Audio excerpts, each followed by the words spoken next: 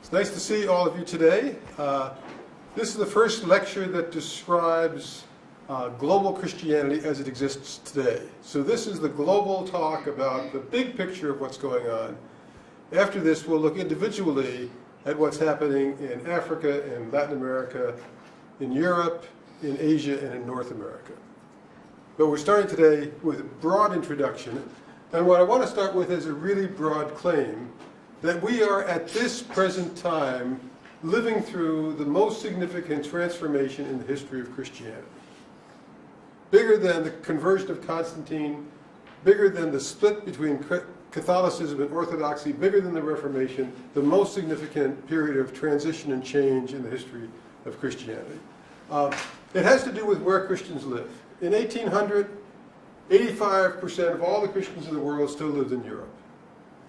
In 1900, two-thirds, 68% of the Christians in the world still lived in Europe. But today, only 25% of the world's Christians live in Europe, 25% live in Africa, 25% live in Latin America, 15% live in Asia, and only 10% live in North America. The Christian world has become newly diverse, more diverse than it's ever been before, and it has also become what I am going to call flat. And I'll explain that a little bit more as we go along. There's going to be 5 parts to this talk. They all go relatively quickly. The first one is what I call the first globalization, the first broad spread of Christianity around the world. The second part I'll call the Great Contraction. During this time, Christianity largely retracts or contracts from Asia and becomes an almost entirely European religion. Then we'll talk about the new globalization that's taken place in the last 500 years, and especially in the last 50 to 100 years. Then we'll look a little bit at how to interpret this broad transformation that's taken place, and we'll talk briefly about some of the implications that this change has for Christians living in the world today. So 5 parts. Let's begin with number 1, the first globalization for the beginnings of the Christian movement to about the year 1000. Christianity had global intentions from the very beginning of the movement. According to the New Testament, the resurrected Christ gave his followers instructions that they were to take the message of the gospel, be his witnesses in Jerusalem and in Judea and in Samaria, and go to the uttermost ends of the world with the gospel. So the gospel, Christianity from the very beginning, has had a kind of global intention. Christianity did in fact spread very rapidly out from the originating center in Jerusalem. It spread first in the Roman Empire because transportation was so easy there. It also spread very quickly into the next largest empire of the ancient world, the Persian Empire. Christianity did not stay in those 2 empires alone, however. As early as the 1st century, it seems very possible that the Apostle Thomas may have gotten as far as India. Christianity soon spread into the countries of Armenia and Georgia. In the 300s and 400s, it spread into Ethiopia, and it also spread northward into Ireland, and during this time, it also spread into Arabia. So Christianity was becoming multicultural, multi-regional, beginnings of a world religion, even by the year 500. The zone of where Christians lived around the year 600 looked something like this. It included much of what we now call Europe, most of the north coast of Africa, much of the Middle East and Central Asia, and by 650 it had spread even further to include China. So by the year 650, Christianity had been introduced to a large geographic spread of land all the way from Spain to China, from the Atlantic Ocean to the Pacific. At the same time, however, as Christianity was spreading broadly all over the place, it began to have a new religious challenge back in the area where Christianity originated, in the Middle East. The Prophet Muhammad died in the year 632, and by 632, the Prophet Muhammad had united all of the tribes of the Arabian Peninsula. Those Arab followers of Islam then began to spread quite rapidly into the Middle East and across North Africa, so that by 750, all of North Africa, the coast of North Africa, most of Spain, all of the Middle East, had come under Islamic rule. This dramatically changed the geography of Christianity in the world. And Christianity basically moved north. So around the year 800, this is what the Christian map looked like, something like this. There was a small area called the Byzantine Empire, where Chalcedonian Orthodoxy was the primary form of Christianity. The Byzantine Empire was a little leftover part of the old Roman Empire. In Western Europe, there was an increasingly or an emergently Catholic geographic domain of Christian rule and Christian presence. All through Central Asia, the Middle East, all the way to China, there was a zone that was largely Christianized by a church called the Church of the East, which was mainly a Persian church. And then scattered in this middle between the Church of the East and the Byzantine Empire, there were a number of places where there were Miaphysite churches that arose and existed. And there were basically four of the big ones: are the Armenian Orthodox Church, the Syrian Orthodox Church, the Coptic Orthodox Church in Egypt, and the Ethiopian Orthodox Church. If you would draw a line through this geographic map of Christianity around the year 800, dividing it into Europe on the left side and Africa and Asia on the right side, more than half of the Christian population would have been on the eastern side of this line. So Christianity was diverse, it was global. This is what I call the first globalization. Christianity was in no way or sense a European religion, it was a global religion of many different cultures. What's going to happen, however, between the years 1100 and 1500 is what I call the Great Contraction, when Christianity did not entirely disappear from Asia, but it certainly was greatly diminished by events that took place. A trigger for this diminution of Christianity in the East, in Asia, was the period of warfare known as the Crusades. Starting in 1100 and continuing through the 1200s, Western Catholic armies from Western Europe came into the Middle East seeking to reconquer the Holy Land from Islam and reclaim it as Christian turf. It was not successful in terms of doing that, but it did have other ramifications. One of those is that Islamic attitudes towards Christians plummeted significantly. Muslims in the Middle East and other Islamic lands began to have a more negative impression of Christians. Concomitant with that, the persecution of Christians in these areas increased. It was different in different regimes and under different governments, but overall, persecution of Christianity increases.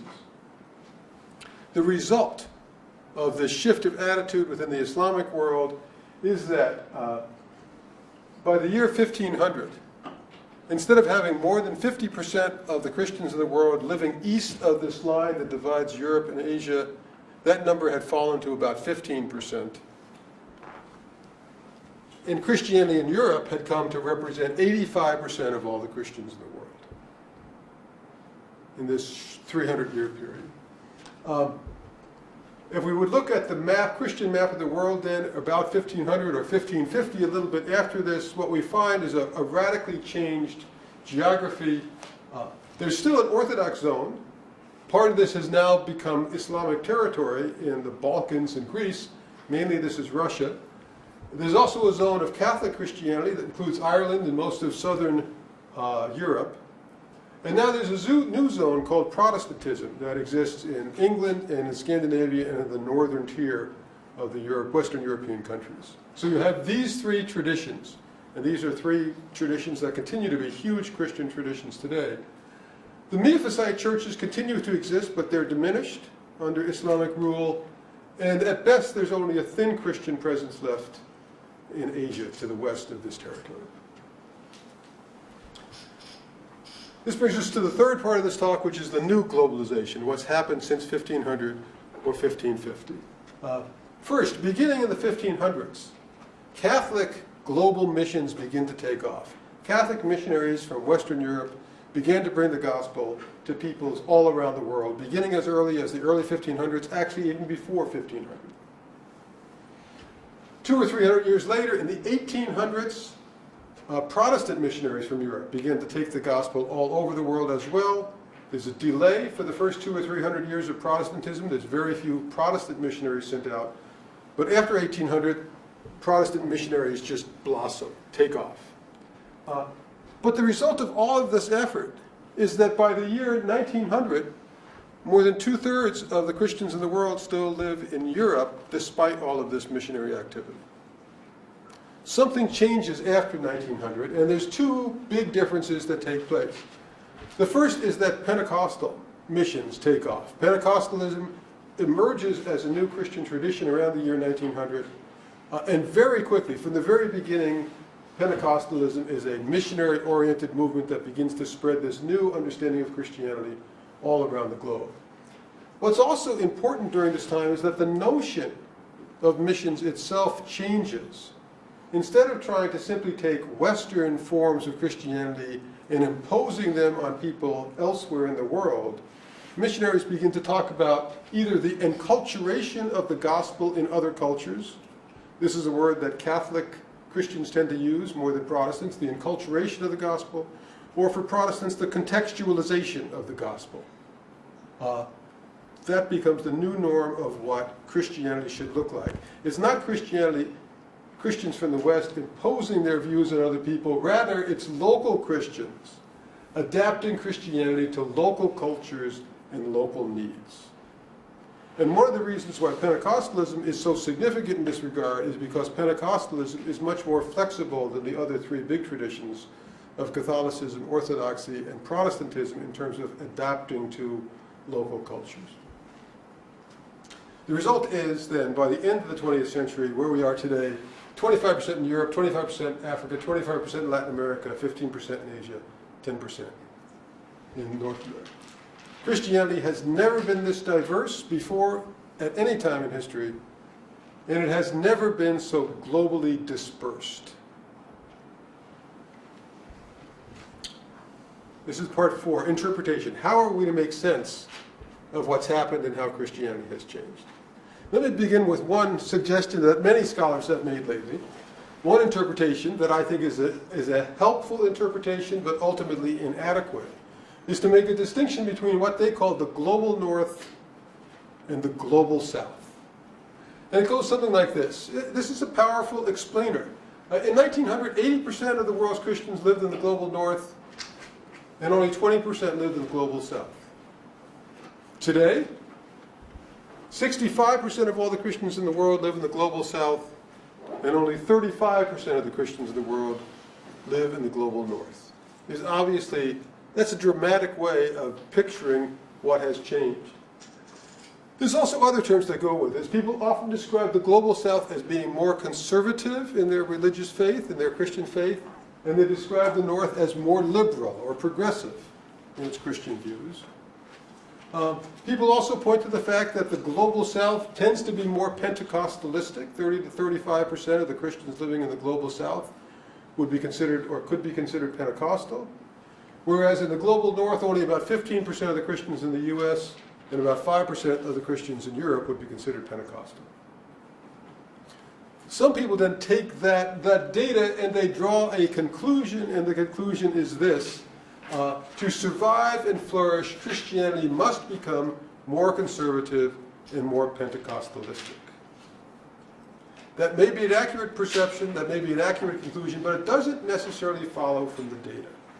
And it doesn't follow for this simple reason, that there's a problem with talking about the global South because there's not really a unity of anything. It's Latin America, Africa, and Asia.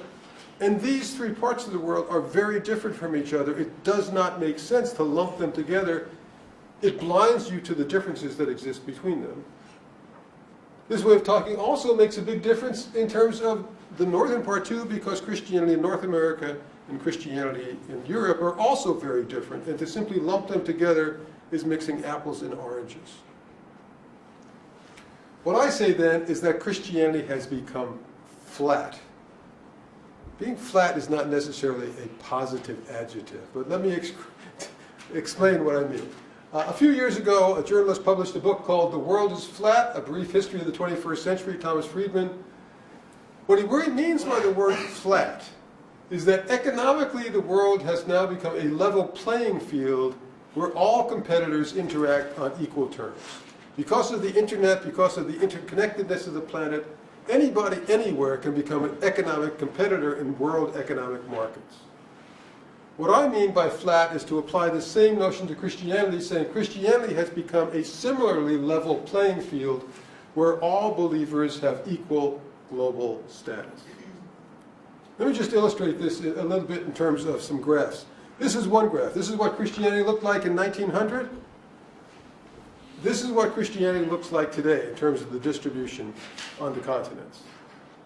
Let me do this one other way. This diagram is going to track the changes in the percentage of the Christian world living on each of the 5 continents. So in 1900, Europe starts out there at 68%. By now, it's down to 25%. This is the present right here. North America stays relatively flat. We're about 10%. We went up a little bit in the mid-20th century and then down again. Latin America has had a slow increase, bringing it up from about 11 or 12% to 25% today. Africa has shot up from 2 or 3% to 25% today. And Asia is also growing from 2 or 3% to about 15% today. It's this point right here is what I mean by saying the world is flat. And for the foreseeable future, no continent on Earth will be able to have the disproportionate number of Christians that Europe had in 1900 or 1800 or 1600 or 1500. From now on, Christianity is going to be relatively equal in size on the 5 different continents. It's going to be flat. What are the implications of this new Christian flatness? There's really 2. To say the world is flat also means the world is interconnected. Everybody in different places, people are different, and yet they're all equal in terms of influence. For Christians, this means that how Christians talk and act anywhere in the world now shapes how people see Christianity everywhere. So, for example, if a Baptist minister in Florida announces that he's going to burn a Quran, that message is heard around the world, and the people who pay the price for that rash statement are not Christians in Florida, but Christians in the Middle East and in other primarily Islamic countries. Similarly, when the Catholic Church elects someone like Archbishop Bergoglio as Pope Francis I, who's a person that is obviously a person of great personal integrity, cares for the poor, is warm and loving, the reputation of Christians globally, whether you're Catholic or not, goes up. So we have implications, we have responsibilities to each other. What this means is that we need a new global conversation among Christians about what it means to be a follower of Jesus today. We need to listen to each other, we need to learn from each other, and we need to develop new ways of cooperating together for the sake of the gospel. We are all interconnected. There's no way we can just go off and act on our own anymore. We live in a global world. But there's another implication that comes from this too. Christianity is the largest religion in the world. Almost 1/3 of the world's population is Christian. The next largest religion is Islam with 22%, but Christianity, 1 out of every 3 people in the world is a Christian. It's not only that though. Christianity is the most globally dispersed religion that has ever existed. This is where Buddhists live. 99% of them live in Asia, less than 1% live in the other 4 continents. This is where Hindus live. 99% of them live in Asia, less than 1% of them live on the other 4 continents. This is where Muslims live. 70% live in Asia, 27% live in Africa, and 3 to 4% live on the other 3 continents. This is where Christians live. They live everywhere. They live all around the world. They're in every culture, in significant numbers. They're a global community, the only genuinely global religious community that exists today or has ever existed. From my perspective, this means that Christians now have a new sense of global responsibilities for the world as a whole. They are a global religious community, and as Christians we need to think globally with each other about what is best for the world. There's an ancient text from the 2nd century actually called the Letter of Diognetus, and at one point in that text, Diognetus calls Christians the soul of the world. That may not have made that much sense in the 2nd century, but it makes an awful lot of sense today. If Christians are the soul of the world, they are called to help make the world a better place for everyone, regardless of national borders. We need to have a broad, global conversation about what the world is, how it should be put together, and what we as Christians can do to make the world a better place for everybody, because no other religion is in a position to do that. So, we ended with a conclusion. The introduction to global Christianity, we will now begin to look at it in these different continents of the world, but overall, what this means for all of us is that we need to enter into new conversations with other Christians from many other cultures all around the world. We need to learn how to listen to, learn from, and cooperate with other Christians. And we also, as a religious body of Christians, have new responsibilities for the globe as a whole, because the world has become flat and everything is connected with everything else. That's where we are today in terms of global Christianity.